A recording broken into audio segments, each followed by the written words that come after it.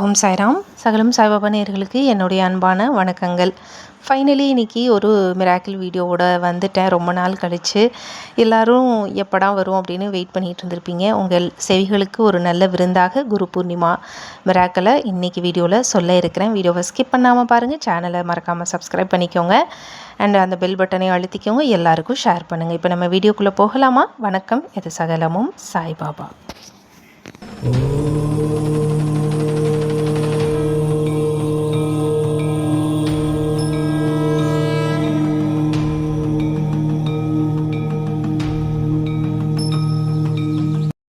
So hi மக்களே, எல்லோரும் எப்படி இருக்கீங்க? ரொம்ப நாள் ஆச்சு உங்களோட இன்ட்ராக்ட் பண்ணி வீடியோஸ் கொடுத்து. ரொம்ப நாள் இல்லை, ஒரு வாரம் தான் உங்களுக்கு நான் வீடியோ கொடுக்கல. ஆனால் எனக்கு ரொம்ப நாள் ஆன மாதிரி இருக்குது. ஓகே, ஸோ உங்களுக்கு இப்போ இமேஜ் பார்த்ததும் தெரிஞ்சிருக்கும். இன்றைக்கி நான் வந்து குரு பூர்ணிமா அன்றைக்கி எனக்கு நடந்த மிராக்கிளை பற்றி தான் சொல்ல போகிறேன். நாட் ஒன்லி மை மிராக்கிள், நம்ம சப்ஸ்கிரைபர்ஸோடைய எல்லா மிராக்கிளைஸையும் இதில் வந்து சேர்த்தி ஒரு கொலாஜாக உங்களுக்கு கொடுக்க போகிறேன். குரு பூர்ணிமாவுக்கு நம்ம பாராயணம் நடத்தியிருந்தோம். பாராயணம் தொடங்கின நாள்லேருந்து நல்ல வைப்ரேஷனாக இருந்தது. ஆக்சுவலாக எனக்கு மட்டும் இல்லை, நிறைய சப்ஸ்கிரைபர்ஸ் சொன்னாங்க நல்ல வைப்ரேஷன் இருக்குது அப்படின்னு சொல்லிட்டு. அதுக்கப்புறம் எனக்கு வந்து நிறைய வேலைங்கிறனால என்னால் பாராயணம் பண்ணி முடிக்க முடியலைங்க, உண்மையாக சொல்கிறேன். பட் ஸ்டில் பாபா வந்து என்னெல்லாம் பிளான் பண்ணார், எப்படியெல்லாம் அவர் வந்து தேடி வந்தார் அப்படிங்கிற விஷயத்தை எல்லாம் தான் ஷேர் பண்ண போகிறேன். ஸோ ஃபர்ஸ்ட் உங்களுக்கு நான் சொல்ல வேண்டிய விஷயம் என்ன தெரியுங்களா? இப்போ நீங்கள் ஸ்க்ரீனில் பார்க்குற இந்த 2 இமேஜில் ஒன்று வந்து தத்தாத்ரேயர், இன்னொருத்தர் பாபா. பாபா வந்து நம்ம பாலாஜி பிள்ளாஜி கௌரவோடைய வீட்டோடைய பேக் சைடில் சாஞ்சு நிற்கிற மாதிரியான ஒரு புகைப்படம் தான் இந்த புகைப்படம். இந்த புகைப்படம் குரு பூர்ணிமாவை ஒட்டி என்னை தேடி எப்படி வந்துச்சு அப்படின்னு சொல்கிறதுக்கு முன்னாடி, இந்த தத்தாத்ரேயருடைய புகைப்படம் எப்படி என் வீடு தேடி வந்துச்சு அப்படின்னு என்ன ஃபாலோ பண்ணுற பழைய சப்ஸ்கிரைபர்ஸ்க்கு நல்லாவே தெரியும். இது வந்து பெருமாள் கோயில் வாசலில் இருந்த ஒரு குப்பையில் கடந்த ஒரு புகைப்படத்தை தான் எடுத்துகிட்டு வந்து அழுக்காக இருந்த ஃபோட்டோவை நல்லா க்ளீன் பண்ணி பளிச்சுன்னு வச்சு கிட்டத்தட்ட 2-2.5 வருஷமாக என் வீட்டில் வச்சு நான் வழிபட்டுக்கிட்டு இருக்கேன், பூஜை பண்ணிக்கிட்டு இருக்கேன். இன்றைக்கி அதே புகைப்படத்தை வச்சு தான் சந்தன அலங்காரம் பண்ணி நான் வந்து குரு பூர்ணிமா அன்னைக்கு வழிபட்டேன். இதன் மூலயமா நான் உங்களுக்கு சொல்ல வர விஷயம் என்ன தெரியுமா? ஆக்சுவலாக நம்ம ரொம்ப தேவையில்லாமல் பயப்படுறோம் பாபா கடவுளுடைய விஷயத்தில். இந்த உடைஞ்சு போன புகைப்படமோ இல்லை அழுக்காக கிடக்கிற குப்பையில் கடந்ததையெல்லாம் எடுத்துகிட்டு வந்து வழிபடலாமா அப்படி இப்படின்னு ரொம்ப அலட்டிக்கிறோம். ஆனால் அவ்வளோவெல்லாம் அலட்டல் தேவையில்லை அப்படிங்கிறது தான் என்னுடைய ஒரே கூற்று. மனசு தான் காரணம் அப்படின்னு நிறையா வாட்டி சொல்லியிருக்கேன். மனதார நான் இந்த புகைப்படம் தத்தாத்ரேயர் அங்கே குப்பையில் கடந்ததை பார்த்து மன வருத்தப்பட்டு மனதார நான் அவர் ஆசையாக எடுத்துகிட்டு வந்தேன். ஆனால் இந்த ஃபோட்டோவை ஒரு சப்ஸ்கிரைபர் தான் எனக்கு, நீங்கள் இந்த ஃபோட்டோவை எனக்கு அனுப்பி வைங்க சிஸ்டர் அப்படின்னு சொன்னாங்க. நானும் எவ்வளவோ முயற்சி பண்ணி பார்த்தேன். இவர் என் வீட்டை விட்டு போகவே மாட்டேன்னு பிடிவாதமாக இருந்தார். என்னால் அந்த பொண்ணுக்கு குரியர் பண்ணவே முடியலை. எனக்கு ஞாபகத்திலேயே இருக்காது, அப்படி இல்லைன்னா எனக்கு டைம் கிடைக்காது. ஸோ ஃபைனலி இவர் இங்கே தான் இருக்கணும்னு விருப்பப்படுறாரு போல் அப்படின்னு சொல்லி நான் வச்சு வழிபட ஆரம்பித்து கிட்டத்தட்ட 2-2.5 வருஷத்துக்கு மேலேயே இருக்கும். இன்றைக்கும் நான் குரு பூர்ணிமா அன்னைக்கு இவரை வச்சு தான் சேவிக்கிறேன். எனக்கு எந்த பிரச்சனையும் வரல. எனக்கு வரன் மேலே வரம் தான் கிடைக்கிதே தவிர்த்து எந்த ஒரு பாதிப்பும் இதனால் இல்லைங்கிறத இந்த இடத்துல நான் பதிவு பண்ணிவிட்டு அடுத்தது நான் வந்து முக்கியமான இந்த நீங்கள் ஸ்க்ரீனில் பார்க்குற இந்த ஃபோட்டோ எப்படி வந்துச்சு அப்படின்னு நான் சொல்கிறேன். குரு பூர்ணிமாவுக்கு நாங்கள் வந்து பாராயணம் குரூப்பில் ஸ்டார்ட் பண்ணோம். எல்லாருமே நல்லபடியாக படித்தாங்க. எல்லாருக்குமே நிறைய வைப்ரேஷன் கிடச்சிது. எஸ், பட் ஸ்டில் நான் வந்து ஒரு 3-4 நாள் தான் பாராயணம் பண்ணியிருப்பேன். அதுக்கப்புறம் என்னால் பண்ண முடியலை. எனக்கு ஹெக்டிக்கான ஒரு ஒர்க் ஸ்கெடியூலில் நான் வந்து மாட்டிக்கிட்டேன். அதனால் இந்த வாட்டி என்னாச்சு அப்படின்னா, என் பையனுக்கு நாங்கள் வந்து கராத்தே காம்படிஷனுக்காக சேலம் போனோம் அப்படின்னு உங்கள் எல்லாருக்கும் தெரியும். நான் ஷார்ட்ஸில் சொல்லியிருந்தேன். அப்படி சேலமுக்கு போகும்போது நான் பாபா கிட்ட என்ன வேண்டியிருந்தேன் அப்படின்னா, இந்த சேலமில் இவன் வந்து டோர்னமெண்ட் நல்லபடியாக பண்ணணும் பாபா, நீங்கள் கூட இருந்து எங்களுக்கு உதவி பண்ணுங்கள், துணையாக இருங்க, அவன் கூட அவனை தைரியம் கொடுங்க அப்படின்னு சொல்லி நான் வேண்டியிருந்தேன். அவ்வளோதான். சேலம் போன இடத்துல நான் வந்து எங்கள் டீமோடைய ஒரு பொண்ணு பேர் விசித்ரா, உங்கள் எல்லாருக்கும் தெரியும். அந்த பொண்ணை நான் வந்து மீட் பண்ணுறேன். அந்த பொண்ணு சேலம் தான். ஸோ நான் வரேன் அப்படிங்கிறதுனதும் டக்குன்னு கிளம்பி டோர்னமெண்ட் நடக்கிற மேட்ச் நடக்கிற இடத்துக்கு அந்த பொண்ணு வந்துருச்சு. வந்ததும் என்ன ஆச்சு அப்படின்னா, டோர்னமெண்ட் எல்லாமே நல்லபடியாக முடிஞ்சுது. மேட்ச் முடிஞ்சு கப்பெல்லாம் வாங்கிட்டு அன்பிளான்டாக இருந்தோம். பட் பாபா பிளான் பண்ணியிருந்திருக்காரு. டைம் இருந்தால் விச்சு வீட்டுக்கு நம்ம போகிறோம், விசித்ரா வீட்டுக்கு நம்ம போகலாம் அப்படின்னு நாங்கள் பேசியிருந்தோம். டைம் இருந்தது சரி அப்படின்னு. திடீர்னு நாங்கள் என்ன பண்ணோன்னா, அந்த பொண்ணுடைய வீட்டுக்கு நாங்கள் கிளம்பி போகிறோம். இதில் பியூட்டி என்ன அப்படின்னு பார்த்தீங்கன்னா, வீட்டுக்கு போகிறதுக்கு முன்னாடியே ஒரு பஸ் ஸ்டாண்டில் இந்த பொண்ணு காரை நிறுத்த சொல்லிச்சு. சரி அப்படின்னு நிறுத்த சொல்லிவிட்டு எங்கேயோ போனாங்க, திரும்ப வந்தாங்க.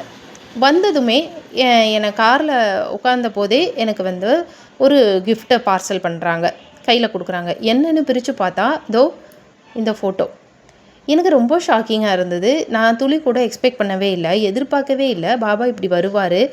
அதுவும் பார்த்திங்கன்னா அங்கேருந்து பஸ் ஸ்டாண்ட்லேருந்து 10 நிமிஷத்தில் அந்த பொண்ணுடைய வீடு. ஆனால் அந்த பொண்ணு வந்து எப்படி பஸ் ஸ்டாண்டில் வச்சே எனக்கு அந்த கிஃப்ட்டை கொடுத்துருச்சு. ஸோ இது எப்படி நீ ப்ரீ பிளான் பண்ண அப்படின்னு கேட்டபோது அவங்க என்ன சொன்னாங்கன்னா, நீங்கள் சேலம் வரேன்னு நேற்றே சொன்னீங்களக்கா, எனக்கு ஏதாவது உங்களுக்கு கொடுக்கணும் அப்படின்னு சொல்லி தோணிக்கிட்டே இருந்தது. ஏன்னு தெரியலை, என்ன கொடுக்கலாம் நான் யோசிச்சுக்கிட்டே இருந்தபோது எனக்கு என்ன தோணுச்சுன்னா, பாபாவுடைய பாதத்தை உங்களுக்கு கொடுக்கலாம் அப்படின்னு சொல்லி நான் யோசித்தேன். ஆனால் அப்போ எனக்கு இந்த ஃபோட்டோ தான் மைண்டில் வந்தது. அப்போ இவங்க என்ன நினச்சிருக்காங்கன்னா, பாபாவுடைய பாதம் இருக்கு இல்லையா, கீழே இருக்கிற பாதம், அந்த பாதத்தை மட்டும் க்ராப் பண்ணி ஃபோட்டோ ஃப்ரேம் பண்ணலாமா அப்படின்னு யோசிச்சுருக்காங்க. அப்படி இல்லைன்னா வேறு ஏதாவது ஒரு பாபாவுடைய பாதத்தை மட்டும் க்ராப் பண்ணி ஃபோட்டோ ஃப்ரேமாக பண்ணலாம், இல்லை இதையவே கீழ்ப்பகுதியை மட்டும் பாதத்தை மட்டும் கட் பண்ணி ஃப்ரேம் பண்ணலாமான்னு ஏதேதோ அவங்க கற்பனையில் யோசிச்சுருக்காங்க. எப்படி கொடுக்கலாம், அக்கா வீட்டுக்கு வராங்க, சேலம் வராங்க, எப்படியாவது நம்ம வந்து வீட்டுக்கு வர வைக்கணும். அப்படி இல்லைன்னா நம்ம ஏதாவது ஒன்று ஃபோட்டோவை, இந்த மாதிரி பாபாவுடைய ஃபோட்டோவை ஃப்ரேம் பண்ணி கொண்டு போய் அங்கே அக்காவுக்கு கொடுக்கணும் அப்படின்னு இவங்க பிளான் பண்ணியிருக்காங்க. அப்போ இவங்களுக்கு கன்ஃபியூஷன் என்னென்னா, எந்த மாதிரி நம்ம ஃபோட்டோ கொடுக்கலாம், எந்த பாதத்தை கொடுக்கலாம் அப்படின்னு யோசிச்சிருக்க போது பாபாகிட்டையே கேட்கலாம் அப்படின்னு சொல்லிட்டு பாபாகிட்ட இவங்க சத்திரத்தில் கேள்வி வைக்கிறாங்க. கேள்வி வச்ச போது அவங்களுக்கு வந்த பதில் என்ன அப்படின்னு பார்த்தீங்கன்னா, அருமையான ஒரு பதில். அத்தியாயம் 18-19 அந்த பேஜில் என்ன வந்திருக்குன்னா, பாபாவின் இவ்வதிசய லீலையை கண்டு கொண்டு உச்சி முதல் உள்ளங்கால் வரை அவர் உருகினார். அதாவது உச்சி முதல் உள்ளங்கால் வரை அப்படிங்கிற இந்த வரியை வந்து இவங்க படிக்கிறாங்க. ஸோ இவங்களுக்கு என்ன தோணுதுன்னா, பாதம் மட்டும் க்ராப் பண்ணி நம்ம ஃப்ரேம் பண்ண வேண்டாம், உச்சி முதல் உள்ளங்கால் வரை அப்படின்னு படித்ததுமே ஃபுல் ஃபோட்டோவை ஃப்ரேம் பண்ணுறோம் அப்படின்னு இவங்க டிசைட் பண்ணுறாங்க. ஸோ இவ்வளோ அழகான ஒரு குறிப்பை வந்து பாபா சத்திரதம் மூலமாக கொடுத்துருக்காரு. ஸோ அந்த இன்ஸ்பிரேஷனில் இந்த பாபாவுடைய ஒரு உத்தரவின் பேரில் உருவான ஃபோட்டோ ஃப்ரேம் தான் அந்த ஃபோட்டோ ஃப்ரேம்.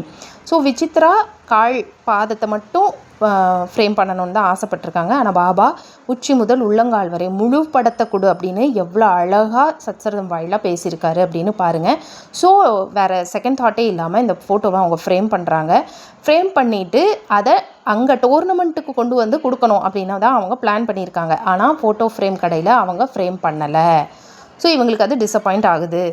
கொண்டு போய் கொடுக்கணும் அப்படின்னு கிஃப்ட் பண்ணணும்னு நினச்சோமே, சரி ஃபோட்டோ ஃப்ரேம் வந்து அவங்க ரெடி பண்ணலைன்னா ஓகே, இப்போ அக்காவை பார்த்துட்டு வந்துட்டு அப்புறமா இதை குரியர் பண்ணிடலான்னு அவங்க பிளான் பண்ண நேரம் நானே அவங்க வீட்டுக்கு வர்றேன் அப்படின்னு சொல்லி கிளம்பி அவங்க வீட்டுக்கு வர்ற வழியில் அவங்க பஸ் ஸ்டாண்ட்லேயே அந்த ஃபோட்டோ ஃப்ரேம் வந்து எனக்கு கிஃப்ட் பண்ணிட்டாங்க. So pure thought or pure intentions உங்களுக்கு இருக்கும்போது அது எந்த தடங்களையும் தாண்டி அது நிறைவேறுங்க.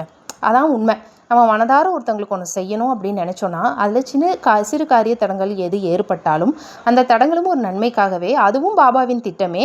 அதை தாண்டி நாம் நினச்ச அந்த எண்ணம் செயல் ஆகும் அப்படிங்கிறதுக்கு இது ஒரு உதாரணம். கொடுக்கணும்னு நினச்சாங்க, அதை எப்படியும் அன்னைக்கே அவங்க கொடுத்துட்டாங்க.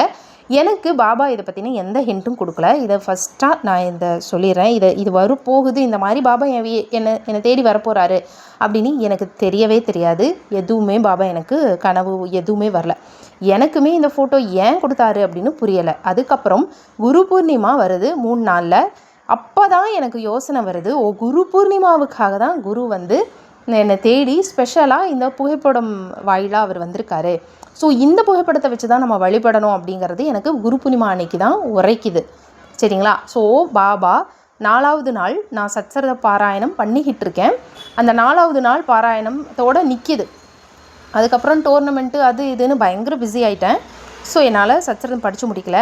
அந்த 4வது நாளில் என்னை தேடி அவர் இந்த ரூபத்தில் வந்தார். ஸோ பாராயணம் அப்படிங்கிறது ஒரு சாதாரண விஷயம் கிடையாது. நம்ம எவ்வளவு பாராயணம் பண்ணுறோமோ, நம்பிக்கையோடு பண்ணுறோமோ, பயபக்தியோடு பண்ணுறோமோ அவ்வளவுக்கு அவ்வளவு பலன் கிடைக்கும். பாபா எந்த ரூபத்திலும் தேடி வருவார் அப்படிங்கிறது உண்மை இல்லைங்களா? அதுதான் இந்த என் விஷயத்தில் மட்டும் இல்லை, நம்ம சப்ஸ்கிரைபர் விஷயத்துலையும் நடந்திருக்கு. ஸோ குரு பூர்ணிமா அன்னைக்கு நல்ல வைப்ரேஷன் எனக்கு சூப்பராக இருந்தது. இந்த ஃபோட்டோ வந்து அவ்வளோ கண்ணில் ஒத்திக்கிற மாதிரியான அவ்வளோ அழகு. காலையில் நான் வந்து பாபாவுக்கு மல்லிப்பூ வச்சு பூஜை பண்ணினேன். அன்றைக்கே அவர் எனக்கு திரும்பவும் மல்லிப்பூ கொடுத்தாரு என் ஹஸ்பண்ட் ரூபத்தில். ஸோ பாருங்கள், நான் அவருக்கு கொடுத்ததும் திரும்பவும் எனக்கு அதே மல்லிப்பூவை அவர் வாங்கி கொடுக்குறாரு. இதில் விஷயம் என்ன அப்படின்னு பார்த்தீங்கன்னா, நான் வச்ச மல்லிகைப்பூ சாயந்தரம் வரைக்கும் வாடலை, சாயந்தரம் இல்லை அடுத்த நாள் வரைக்கும் வாடவே இல்லை. ஆனால் எனக்கு இன்னொரு பிளெஸ்ஸிங்ஸும் எனக்கு கிடச்சிது. இந்த குரு பூர்ணிமா எப்படி நிறைவடைந்தது அப்படின்னா, ஈவினிங் போல் எனக்கு ஒரு பார்சல் ரிசீவ் ஆகுது. அந்த ஃபோட்டோ தான் இது. அந்த பார்சலுக்குள்ளே பார்த்திங்கன்னா ஷிரடி பிரசாதம் இருந்தது. அந்த பார்சலே ஷிரடியிலேருந்து தான் வந்திருக்கு.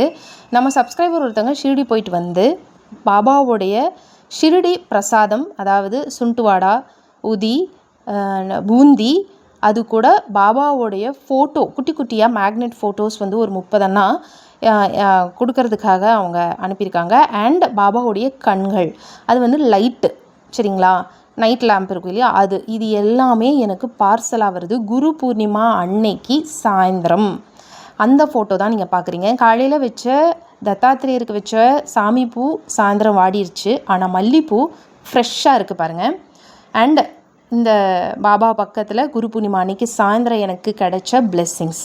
ஸோ இப்படி தான் என்னுடைய குரு பூர்ணிமா நிறைவடைந்தது. நான் வந்து மனதார பண்ண அந்த பிரார்த்தனைக்கும் அந்த பூஜைக்கும் நான் அவர் மேலே வச்சுருக்கிற அன்புக்கும் அவர் பதிலுக்கு ஷிரடியிலிருந்தே இந்த பிரசாதம் என்னை தேடி வரவும் எனக்கு பயங்கர சந்தோஷம். ஸோ இப்போ அந்த ஃபோட்டோ தான் நீங்கள் பார்த்துக்கிட்டு இருக்கீங்க. ரொம்ப ரொம்ப சந்தோஷமாக நிறைவாக இருந்தது. எப்பாடுபட்டாவது அவர் யாராவது ஒரு ரூபத்தில், ஏதாவது ஒரு ரூபத்தில் எல்லார் வீட்டுக்கும் வந்து சேருவாருங்கிறதுக்கு இது மட்டும் இல்லை, அடுத்து நான் சொல்ல போகிறேன் இன்னும் 2 மிராக்கிளே ஒரு உதாரணம். எனக்கு தெரிஞ்ச ஒரு சாய் சகோதரி, தீவிரமான பாபாவுடைய பக்தர். அவங்க ஒரு ஃபோட்டோவை என்கிட்ட ஷேர் பண்ணியிருந்தாங்க.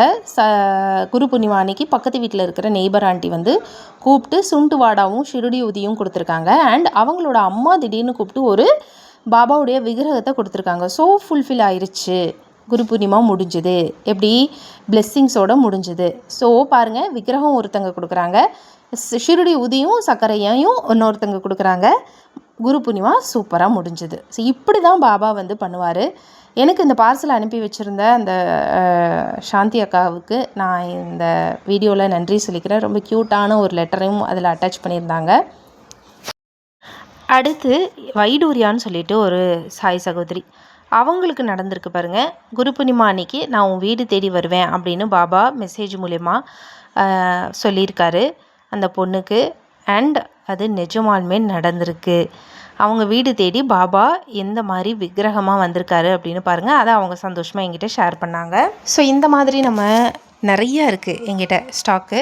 பட் ஸ்டில் நான் உங்களுக்கு சொல்ல வர விஷயம் என்னென்னா, நீங்கள் உண்மையான மனசோட ஒரு பிரார்த்தனை பண்ணும்போது, நான் சொல்லியிருக்கேன், பாபா வந்து விக்கிரகமாவோ புகைப்படமாவோ கனவிலாவோ இல்லை காக்கா, குருவி, குஞ்சு, ஆடு, மாடு, நாய் அப்படின்னு ஏதாவது ஒரு ஜீவராசிகளாகவோ இல்லை பிக்ஷா எடுக்கிற ரூபத்திலேயோ, யாசகம் வாங்குகிற ரூபத்திலேயோ, வயதானவங்களுடைய ரூபத்திலேயோ, இப்படி ஏதாவது ஒரு ரூபத்தில் கண்டிப்பாக வருவார்.